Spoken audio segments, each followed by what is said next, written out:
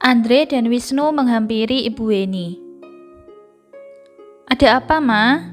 Andrea mendekati ibu mertuanya dengan ekspresi pura-pura khawatir. "Apakah kamu melihat my baby di sini?" Mata Ibu Weni sudah mulai berkaca-kaca. Air matanya pun telah siap untuk tumpah.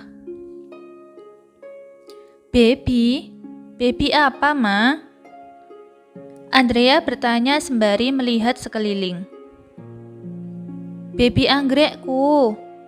Air mata Ibu Weni mulai berjatuhan di wajah elegannya. "Oh, maksud Mama bunga anggrek yang warna-warni yang ada di dalam greenhouse ini."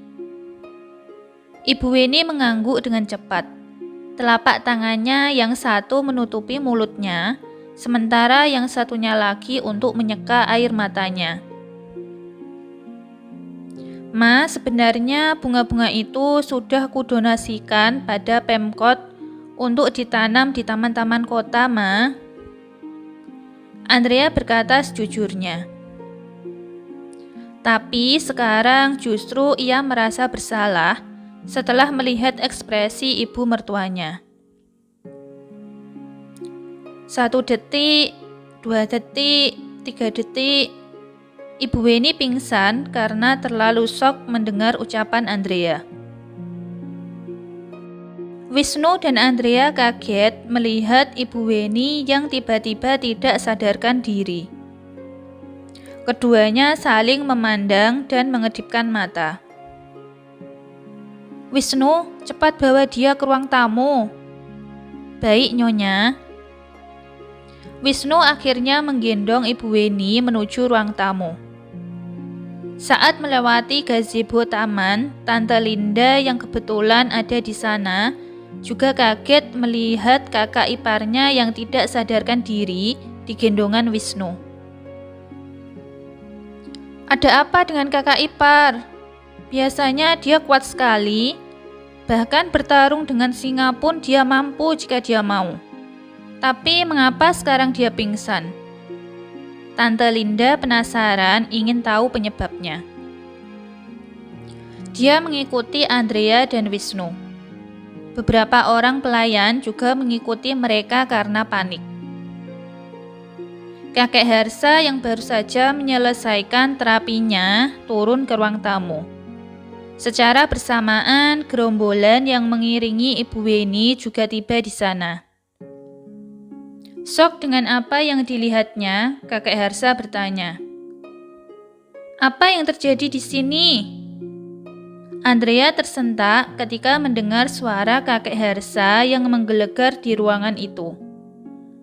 Bukan hanya Andrea, tapi seluruh pelayan juga dikagetkan dengan suara kakek Harsa.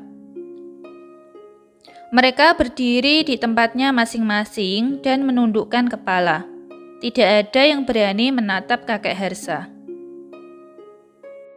Andrea mencoba bicara untuk mencairkan suasana. "Maaf kakek, aku yang membuat Mama tidak sadarkan diri. Aku telah mendonasikan bunga-bunga anggreknya untuk Pemkot." Mata Andrea mulai memerah. Kakek Harsa menarik nafasnya dan berjalan mendekati mereka. "Panggil Dokter Krishna sekarang juga. Katakan padanya Nyonya Besar membutuhkan pertolongan secepatnya." Kakek Harsa memberi perintah pada asistennya yang berdiri di sebelahnya. Dalam hitungan menit, beberapa dokter dan perawat datang ke rumah itu dan memeriksa Ibu Weni. "Kalian berdua temui aku di ruang kerjaku." Kakek Harsa menolehkan kepalanya pada Andrea dan Wisnu. Dia lalu kembali ke ruang kerjanya diikuti Pak Herman di belakangnya. Andrea kelihatan takut dan sedih, wajahnya pucat. Wisnu tidak bisa menenangkannya karena ada banyak mata yang mengawasi mereka di sana. Dia hanya tersenyum pada Andrea yang seolah-olah mengartikan, "Tidak apa-apa, ada aku." Saat keduanya memasuki ruang kerja kakek Harsa, Pak Herman menutup pintunya dan kembali berdiri di samping bosnya. Andrea, apakah kamu tahu apa yang sangat disukai dan tidak disukai oleh ibu mertuamu? Kakek Harsa bertanya dengan nada serius. Andrea menggelengkan kepalanya. Apa yang kamu lakukan sudah keterlaluan. Bila kamu ingin greenhouse, katakan padaku. Aku akan membuatkannya untukmu. Tapi kamu jangan menyentuh milik orang lain. Maaf kakek, Andrea menundukkan kepalanya. Untuk merenungi kesalahanmu, kamu tidak boleh pergi keluar rumah selama 1 minggu. Mengerti? Kakek Harsa berbicara dengan nada sedikit halus pada Andrea. Iya kakek. Kakek Harsa kemudian menatap Wisnu yang berdiri di samping Andrea. Wisnu, sebagai asistennya, seharusnya kamu tahu apa yang dilakukan oleh bosmu sudah keterlaluan. Kamu tinggal di rumah ini sudah lebih dari 20 tahun. Seharusnya kamu tahu apa yang sangat disukai Nyonya Besar. Suara kakek Harsa berubah dingin tatkala memberi teguran pada Wisnu. Maaf Tuan Besar. Wisnu menganggukkan kepalanya pada kakek Harsa. Suaranya tenang, seperti tidak ada rasa takut dalam dirinya. Kamu juga dihukum tidak boleh keluar selama 1 minggu. Dan menjadi tukang kebun di sela-sela tugasmu. Baik, Tuan Besar. Mereka berdua keluar dari ruangan itu dan menuju ke greenhouse kembali. Andrea menarik nafasnya dalam-dalam. Dia seperti tidak percaya bahwa kakek Harsa sangat ketat dengan peraturan di rumah itu. Dia merasa bersalah pada Wisnu karena semua ini adalah idenya. Melihat wajah sedih Andrea, Wisnu mengusap kepala Andrea. Dia tertawa kecil dan berbicara dengan gentle. Tidak apa-apa, setidaknya aku masih hidup kan? Tapi aku merasa bersalah padamu. Sudah menjadi tugasku untuk melindungimu, Nyonya. Andrea kehabisan kata-kata. Laki-laki ini sungguh pintar merayu orang. Keduanya mulai membersihkan greenhouse yang berantakan itu. Andrea memutuskan untuk menanam bunga lili, menggantikan bunga anggrek yang sebelumnya ada di sana. Dia tahu harga bunga lili lebih murah daripada bunga anggrek. Namun tetap saja kedua bunga itu juga bunga favoritnya. Dia akan mengganti bunga anggrek kesukaan mertuanya lain kali. Dia tidak pernah menyangka bahwa reaksi ibu mertuanya akan seperti demikian. Bila dia tahu ibu mertuanya akan pingsan, mungkin dia akan meninggalkan separuh bunga-bunga itu. Setelah menyelesaikan misi pertamanya, Andrea pergi ke kamarnya untuk mandi karena tubuhnya penuh dengan keringat. Selesai mandi, dia melihat layar handphonenya. Tidak ada SMS, tidak ada panggilan. Dia menarik nafasnya.